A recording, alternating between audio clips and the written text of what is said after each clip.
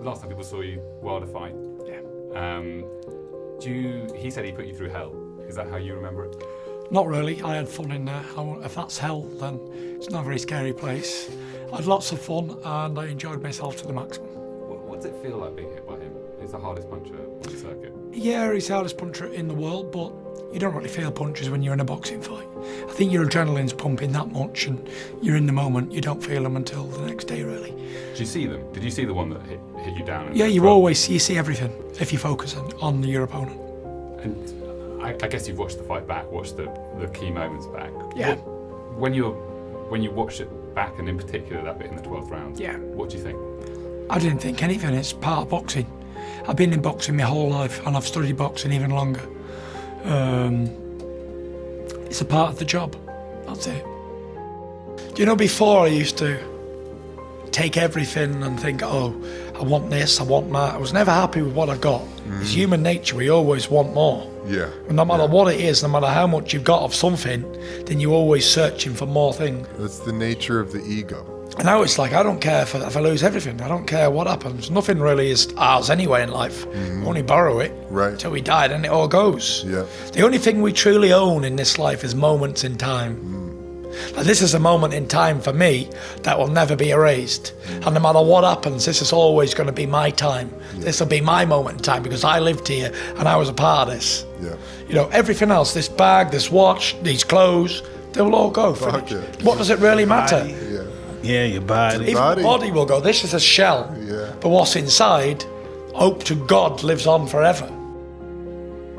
Tyson, can you tell us a little bit about your background and how you've come to be super heavyweight champion, amateur super heavyweight champion? Well, it started around about 05. Had my had my amateur first contest, and I'd only had a few bouts, and I started getting bigger and better names under my belt, and I got selected to box for the Northwest to go to a German Cup tournament, and I won that, and then I went into the senior ABA novices, and I won them easy enough. So then I got selected for England, and I went to the round robin tournament in Ireland, and then got a gold medal there. And then after only 8 bouts, I went to the World Junior Championships in Morocco, 06, and unfortunately, it was a bit of a bad decision. I would have got the gold medal, but I got beat by 3 points. I think it was 2 or 3 points for the. I got a bronze medal anyway, and ever since then, I've been boxing international. I've had 34 bouts, and this year I should have went to the Olympic Games really, but only through politics I've never made it there. But anyone in the Olympic Games, I'd handled no bother. I'd done a better job than our arch rival, Mr. Price. And anyway, I went into the ABAs and I strolled through them, stopped everyone in it, and that was it really. Here I am today, and I'm just very happy to be boxing on the same bill as Carl and Gene, and I want to thank Mick for signing me, and I've been waiting for this for quite a long time, so it's finally arrived, and what can I say, fantastic feeling to be here. You're an interesting story, man, because not just because of your personality, but because you've come back from mental illness, and you're very, very open about it. I just didn't want to do it anymore, if you know what I mean. I didn't have the desire. The fire wasn't burning no longer to fight. And I was suffering with depression the whole time. Even in training camp, before I sprained my ankle, I was depressed as depressed could be on a daily basis. And I'm thinking, why am I feeling like this? I don't have no reason to feel like it. Some people will say, oh, well, it's attention seeking or whatever. But unless you've experienced what I'm saying, it's sort of impossible to understand where I've been or where I've come from. And it just went from bad to worse. I hit the drink heavily on a daily basis. I hit the drugs. I was out all night partying with women of the night and not coming home. And, you know, I didn't care about boxing. I didn't care about living. I just wanted to die. It was inevitable, I suppose, that you were going to start boxing. But your father, who was a boxer, tried to put you off. He did. It was. He didn't encourage me to box at all. He tried to discourage me, if anything. And it was one of those things where I just wanted to go to the gym. I wanted to be a boxer. I was brought up in the gym. I was a little gym rat, really, because I used to go with my dad when he used to box, and I was always around it. So I was always in that environment, but he didn't want me to box. He wanted me to do something different with my life and not go down the same route as he did. Because a lot of our family members have all, I'm not going to say wasted their time with boxing and fighting and all that sort of stuff, but no one ever took it to the height. So what did your family and your loved ones, what did they do with the way that you were acting? They went nuts. They'd never seen anything like it before. I was in a position of power. I had glory, fame, achievements, money, a family, all earthly assets that one could want. Money in the bank. But it meant nothing, so they couldn't understand why would this man feel like this.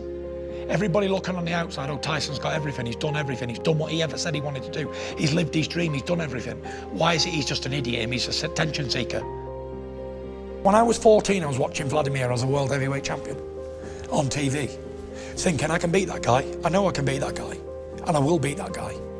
So when we was face to face and he said a stupid comment like, oh, you want what I have, everything I have you want. I said, what do you have that I want? You have some money and some belts. I only wanted to beat Vladimir Klitschko because nobody else could in so long. And I did. And for that win, that moment, finally being crowned the winner, taking home that belt, just that feeling, all that hard work paying off, how does that feel? It's almost an anticlimax. It's like you elevate yourself in the mind and your body and everything to go and box at this level, and then everything, nothing means anything apart from the fight on the night, and then it's almost like you win and it's like, oh well, I've done that now, and then I've got to slide down the other side. You did that with Klitschko though, didn't Yeah. you? But you did it big time after you won there. So you're not in that place. No, I feel fine. You know, I've learned over the years now to maintain the mental health problems, which is training on a daily basis and eating healthy and staying active and keeping routine. And the thing is, like you said, it takes you, you have that massive build-up, you have to move away, you're away from the kids for a long time. Of course, this is something you love and you've worked so hard to do. That's right, it's a roller coaster of emotions and everything else. So, and to be away from the kids and away from getting up early in the morning for the school runs and the crying and all that sort of stuff and the screaming and shouting, it takes a lot to come back to that after being away for nearly 3 months to get adjusted back to that life. Yeah. It's a total different life completely, being a dad at home or an athlete abroad. It may have a few different members, but at the end of the day, it's all the same, training. I got a new trainer and I got a few new other people, but really it's the same. Training, eating, sleeping, repeating. It's always good to have people pushing you and that in the training camp. You know, I'm a big believer in you can't do any more than you can do. So, you know, people say, oh, you train harder for this fight than you've ever trained, and how do you feel this camp compared to last camp? And my answer's always the same.